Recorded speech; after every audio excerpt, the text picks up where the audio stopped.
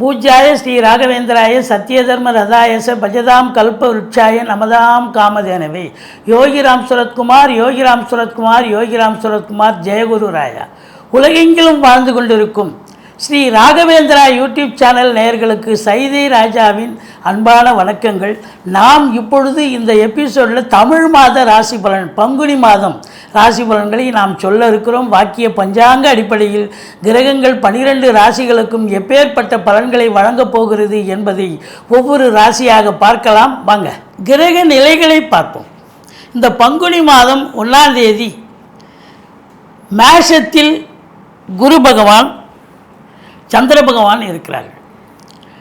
கன்னியில் கேது பகவானும், மகரத்தில் செவ்வாய் பகவானும், கும்பத்தில் சனி பகவானும், மீனத்தில் சூரியன் புதன் ராகு பகவானும் அமர்ந்திருக்கிறார்கள். இது அன்றைய கிரக நிலைகள். மாறுதல்கள் என்பது உட்பட்டது. அப்போ செவ்வாய் பகவான் பார்த்தீங்கன்னா முதல் 2 வாரம் மகரத்தில் இருக்கிறார். அடுத்த 2 வாரம் கும்பம் சென்று பலன்களை தர இருக்கிறார். அதுபோல் சுக்கிர பகவான் முதல் 2 வாரம் கும்பத்திலையும் கடைசி 2 வாரம் மீனத்திலையும் இருந்து சஞ்சாரம் செய்து பலன்களை தர இருக்கிறார். இதில் சந்திர பகவான் பொறுத்தவரையிலையும் ஒவ்வொரு ராசிக்கு 2.25 நாள் இருந்து இப்போது ஆரம்பத்தில் மேஷத்தில் இருந்தாலும் கடைசியில் பார்த்திங்கன்னா ரிஷபம் வரை, அதாவது 12 கிரக ராசியை கடந்து மறுபடியும் ரிஷபம் பலனை தர இருக்கிறார். இதில் புத பகவானை பற்றி நம்ம ஸ்பெசிஃபிக்காக சொல்ல வேண்டிய ஒரு விஷயம் என்னன்னா, புத பகவான் வக்ர கதியில் இருக்கிறார். ஏற்கனவே அங்கே நீச்ச நிலை, இப்போ வக்ர நிலையில் இருக்கிறார் சொன்னால் அப்போ உச்சம் பெற்ற பலனை தரக்கூடிய ஒரு நிலையில் புத பகவான் இருக்கிறார் என்பது குறிப்பிடத்தக்கது. இந்த பங்குனி மாதத்தில் 2 விசேஷமான ஒரு நாள் அப்படின்னு பார்த்தீங்கன்னா, பங்குனி 11 பௌர்ணமி திதி வருகிறது. அதுபோல் பங்குனி 26 அமாவாசை திதி வருகிறது. இந்த 2 நாளும் ரொம்ப முக்கியமான நாட்கள். மீனராசி அன்பர்களுக்கு வணக்கம். மீனராசி காலபுருஷனுக்கு 12வது ராசி. குரு பகவான் ஆட்சி பெறும் வீடு. இப்பொழுது குரு பகவான் மேஷத்தில் இருக்கிறார், 2ஆம் இடத்தில் இருக்கிறார். பூரட்டாதி 4ஆம் பாதம், உத்திரட்டாதி ரேவதி நட்சத்திரம் உள்ளடக்கியது. இந்த ராசியில் இப்போ பார்த்தீங்கன்னு சொன்னால் சூரியன் புதன் ராகு இருக்கிறார்கள். 15 தேதிக்கு பிறகு சுக்கிரனும் விடுகிறார்.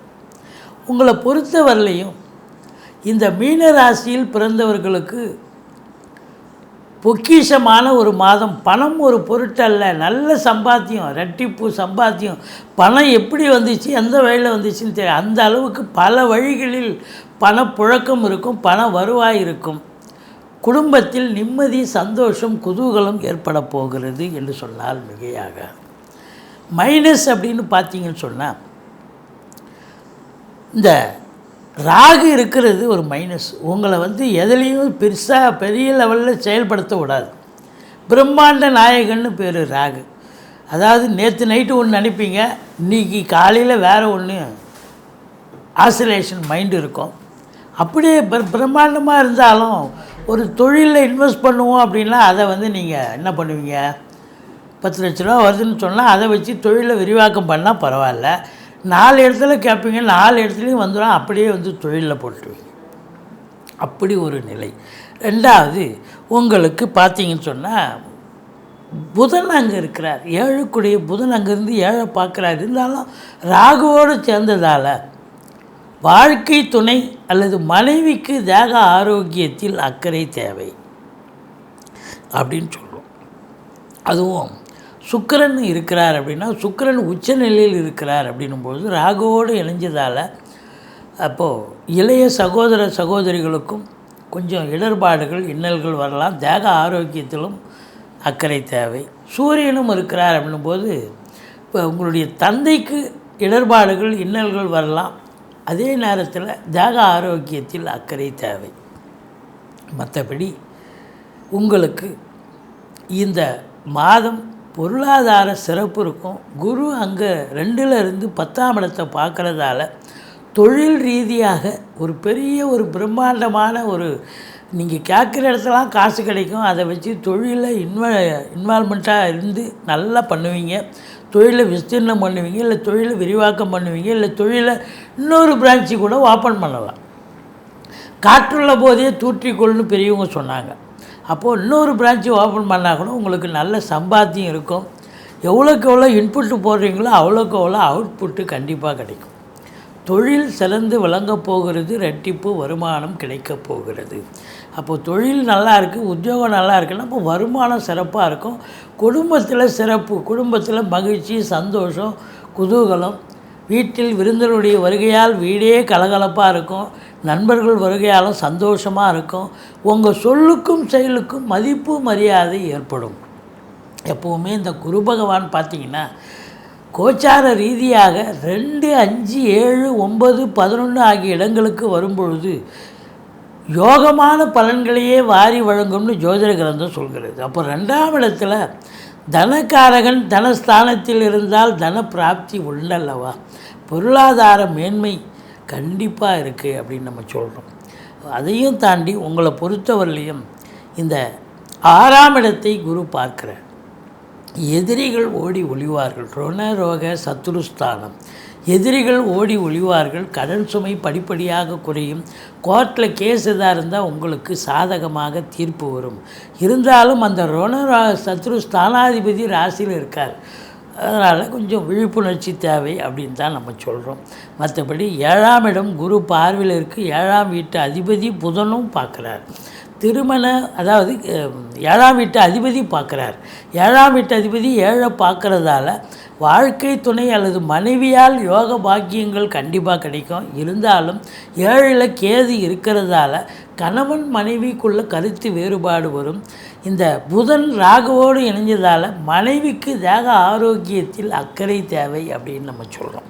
மற்றபடி 8ஆம் இடம் குரு பார்வையில் இருக்குது. திடீர் அதிர்ஷ்ட வாய்ப்புகள் தேடி வரும்.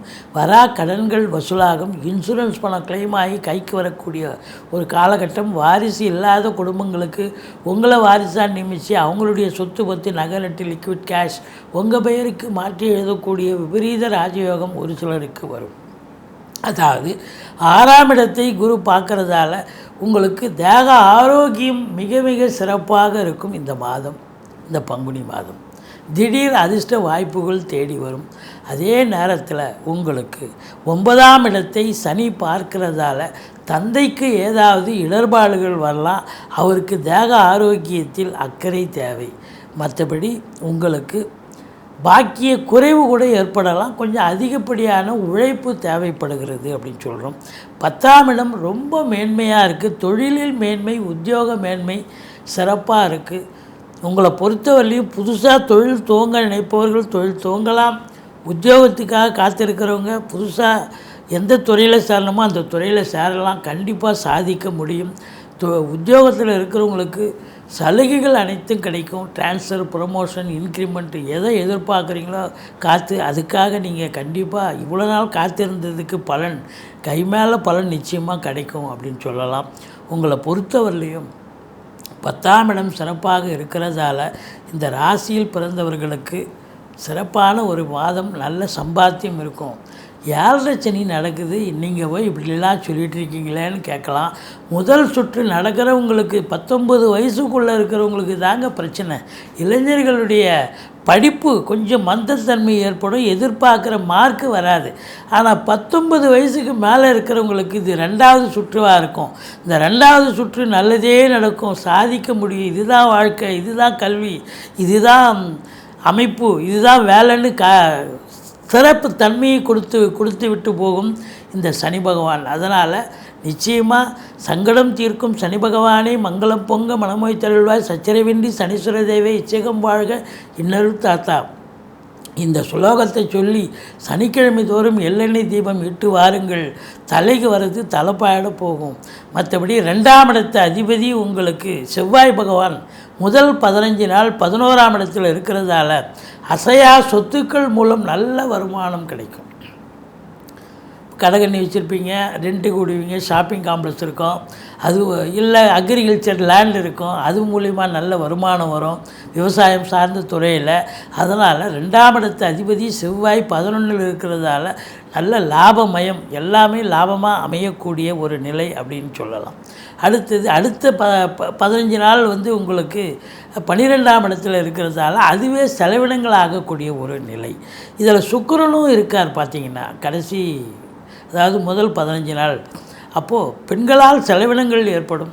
அசையா சொத்துக்கள் மூலம் அதுக்கு என்னென்னா வீடு ஆல்ட்ரு பண்ணுறது, ஒரு ரீபில்டப் பண்ணுறது, கன்ஸ்ட்ரக்ஷன் பண்ணுறது, பெயிண்டிங் பண்ணுறது, அப்படி ஏதாவது ஒரு வேலையை எடுத்துக்கிட்டு போவீங்க, அது சுப செலவு.